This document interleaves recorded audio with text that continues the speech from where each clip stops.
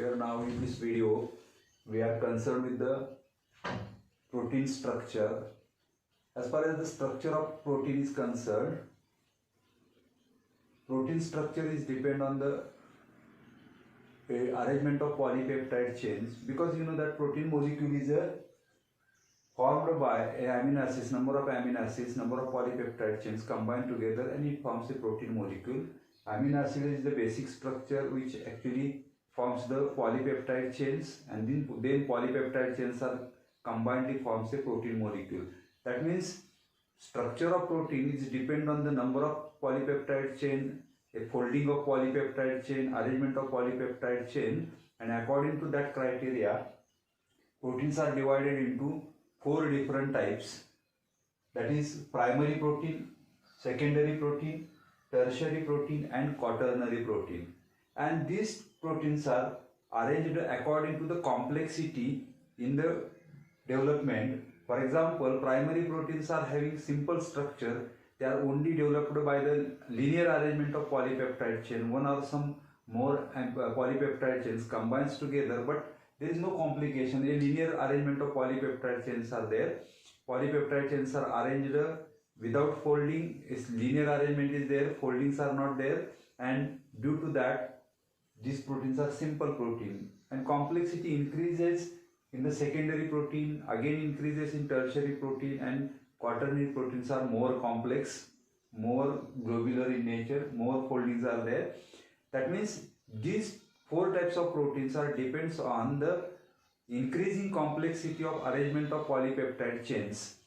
Then as far as the primary protein is concerned, in this primary protein polypeptide chains are developed. These polypeptide chains are linearly arranged. That means amino acids are linearly arranged in primary structure of protein in the polypeptide chain. One polypeptide chains are there, sometimes more polypeptide chains are there, and these polypeptide chains are arranged in linear fashion. There is no folding, and amino acids are arranged in linear fashion, and the foldings are less. And in this primary structure of protein, only one bond is involved in the development of polypeptide chain, and that is the peptide bond. Peptide bond is the basic bond. 2 amino acids are when joined together with the help of this peptide bond. At that time it is called as the polypeptide chain. That means in primary structure of protein, linear arrangement of amino acid is there. The amino acids are binded with the peptide bonds, and simply these polypeptide chains are without any folding.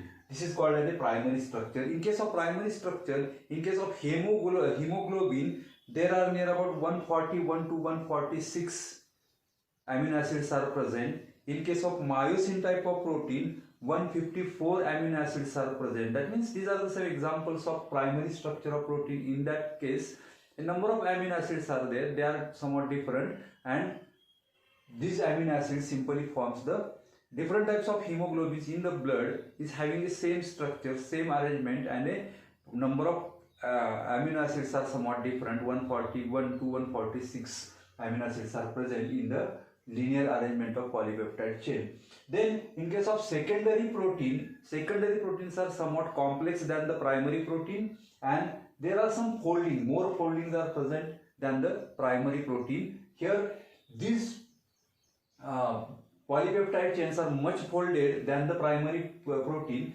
and here the 2 polypeptide chains are bounded with a again next bond, that is hydrogen bond. Hydrogen bond is present between 2 coils of the polypeptide chain. That means polypeptide chains are more folded, and these foldings are bounded with the hydrogen bond. That means in secondary type of protein, one more bond is involved, that is hydrogen bond along with the peptide bond. That means peptide bond and hydrogen bond, 2 bonds are present in the secondary type of protein. More foldings are there, and these foldings are bounded with the hydrogen bond. This is the secondary protein. Due to the more folding, these proteins are become somewhat more complex than the primary proteins. Foldings are there, and these hydrogen bonds are there. These hydrogen bonds are a weaker bonds, but they are stable bonds. Weaker bonds are there, and these bonds can be dissolved or can be dissociated due to the more temperature, more pressure, more alkaline or acidic condition. That means different or some chemicals or physical radiations chemicals, sometimes these bonds are dissociated. That means hydrogen bonds can be dissociated in different conditions, like a higher pressure, higher temperature, then radiation treatment, chemical treatment. This bond can be dissolved. Hydrogen bond can be dissolved in that particular structures. Then this is about the secondary structure. In case of secondary structure, foldings are more than the primary structure, and these foldings are bounded with the hydrogen bond. That means two bonds are involved, polypeptide bonds and a hydrogen bond in the secondary protein. In case of tertiary type of protein, again this protein molecule becomes more complex due to the more coiling in this tertiary protein, and the more important structure is there.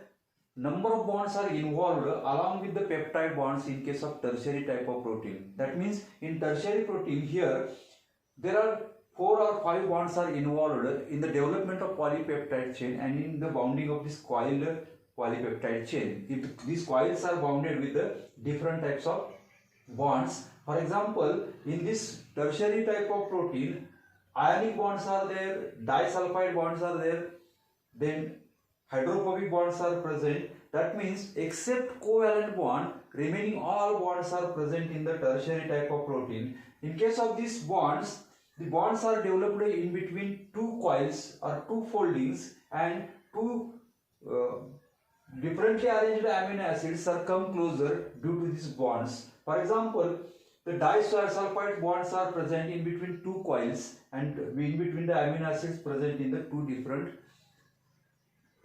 chains, two different chains of the two different polypeptide chains. The ionic bonds are there. These bonds are present in between basic and acidic